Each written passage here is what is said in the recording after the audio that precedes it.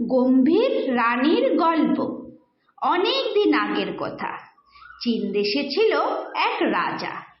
রাজার হাতিশালে হাতি, ঘোড়াশালে ঘোড়া, রাজ্য জুড়ে সুখ আর শান্তি। রাজার প্রজা প্রতিপত্তি সব ছিল, ছিল না শুধু মনের সুখ। রাজার খালি থেকে থেকে বড় একা লাগতো। আসলে সেই দেশের রাজার সব ছিল, ছিল না শুধু এক রানী। তাই এই মনের অসুখ। একদিন রাজা ঠিক করলেন যে তার সৈন্য সামন্তদের নিয়ে যাবেন রানীর সন্ধানে। যেমনটি ভাবা তেমনটি কাজ। রাজা তার সবচেয়ে তেজি ঘোড়াটা আর তার 7 জন সবচেয়ে বিশ্বাসী আর বলিষ্ঠ সৈন্যদের নিয়ে বেরিয়ে পড়লেন রানীর সন্ধানে। দেশ থেকে দেশান্তরে নানান দেশে যান কত দেশের কত সুন্দরী রাজকন্যে, তাদের নানান গুণ, কিন্তু রাজার মন ভরে না। কোথায় সেই মেয়ে যে রাজার মনে এনে দেবে দুদণ্ডের শান্তি, সেই সুখ? একদিন রাজা তার সৈন্য সামন্তদের নিয়ে এসে পৌঁছালেন এক হ্রদের তীরে। সন্ধ্যা নেমে আসছিল, তাই তিনি ঠিক করলেন রাতটা এখানেই থেকে যাবেন। সৈন্যদের ডেকে তিনি আদেশ দিলেন হ্রদের ধারে তাঁবু খাটাতে। রাত্রে খাবার আয়োজন চলছে। এমন সময় রাজার কানে এলো এক অদ্ভুত সুর। রাজা সেই সুরের খোঁজে হ্রদের কাছে এসে দেখলেন একটি মেয়ে চাঁদনি আলোয় হ্রদের মধ্যে ছোট্ট এক নৌকা বিহার করছে। চাঁদের আলোয় সেই মেয়ের অপূর্ব মায়াবী মুখখানি দেখে রাজার বুকে অচেনা এক ঢেউ চলকে উঠল, যেন এই মেয়েকেই তিনি খুঁজে চলেছিলেন এতদিন। এই মেয়েটি গাইছে সে অদ্ভুত মিষ্টি গান। রাজা তার সৈন্য সামন্তদের ডেকে বললেন মেয়েটিকে ডেকে আনতে। নৌকাটি তীরে এসে পৌঁছল। রাজা মেয়েটিকে হাত ধরে নিয়ে এলেন পাড়ে। নিমন্ত্রণ জানালেন তার সাথে নৈশভোজের। মেয়েটি সেই নিমন্ত্রণ গ্রহণ করে রাজার সাথে তার তাঁবুতে এসে বসল। রাজা নানান কথার মাঝে তাকে তার ভালো লাগার কথা বললেন। তাকে তার রানী করে দেশে নিয়ে যেতে চান। মেয়েটি শুনে জিজ্ঞেস করল, তিনি তো তাকে আজই প্রথম দেখলেন, তাকে ঠিক মতো চেনেনও না, তবে কেন তাকে রানী করতে চান? সেই শুনে রাজা মেয়েটিকে সব খুলে বললেন। এও বললেন তিনি বহুদিন ধরে তারই মতো কাউকে খুঁজে চলেছিলেন দেশে বিদেশে। রাজা তাকে আশ্বস্ত করলেন তিনি তার সবটুকু ভালোবাসা দিয়ে তাকে ভরিয়ে রাখবেন, তার সমস্ত সুখের খেয়াল রাখবেন। সেই শুনে মেয়েটি তার প্রস্তাবে সম্মতি জানিয়ে তাকে বিয়ে করতে রাজি হলো। রাজার আনন্দ আর ধরে না। পরদিন ভোরবেলা তিনি তার সৈন্য সামন্তদের নিয়ে বেরিয়ে পড়লেন তার রাজধানীর পথে। কিন্তু এত কথার মাঝে রাজা তো ভুলেই গেছেন মেয়েটির নাম জিজ্ঞেস করতে। রাজা জিজ্ঞেস করলেন, তোমার নাম কি? মেয়েটি জানালো তার নাম জিনা। সে নানান দেশ ঘুরে এখানে এসেছেন, কিন্তু এর বেশি সে আর কোনো কথাই বলল না। রাজা লক্ষ্য করলেন জিনা চুপচাপ, তেমন কোনো কথাই বলছে না।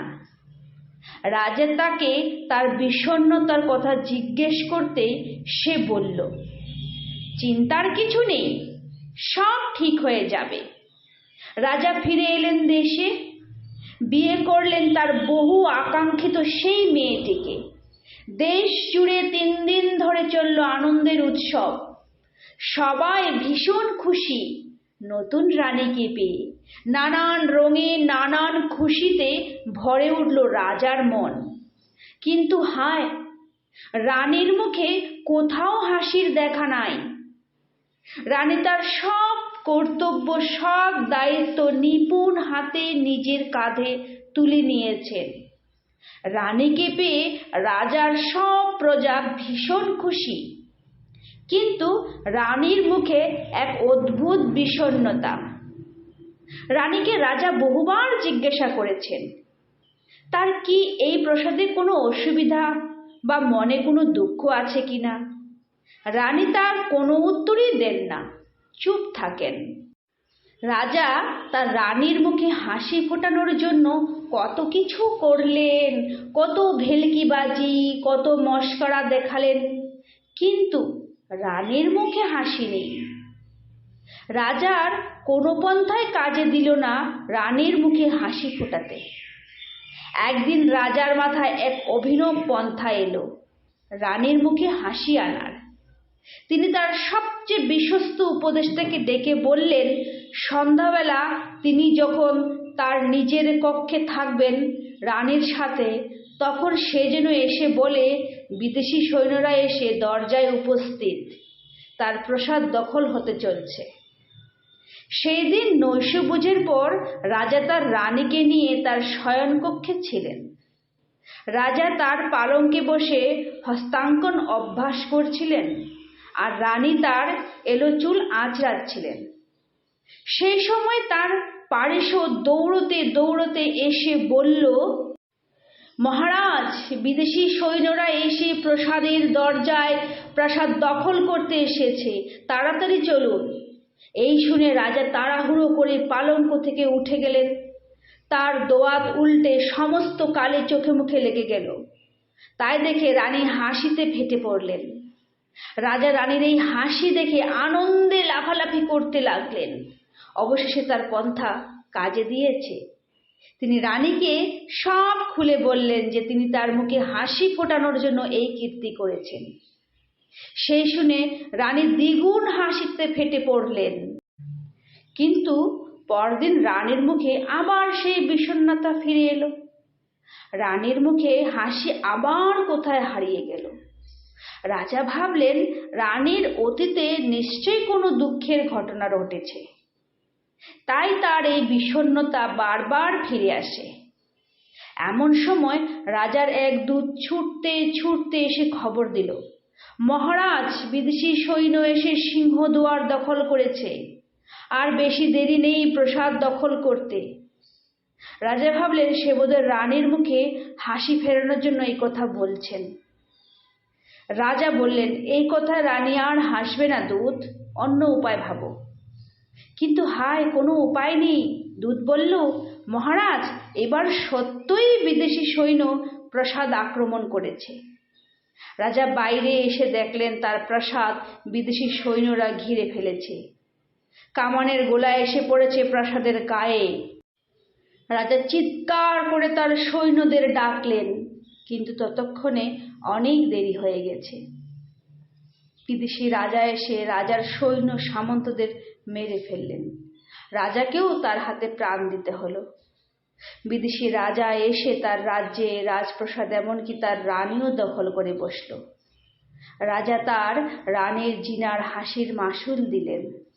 গল্পটি শুনে ভালো লাগলে নিশ্চয়ই লাইক এবং কমেন্ট করবেন, এবং চ্যানেলটিকে সাবস্ক্রাইব করতে ভুলবেন না যেন। নমস্কার।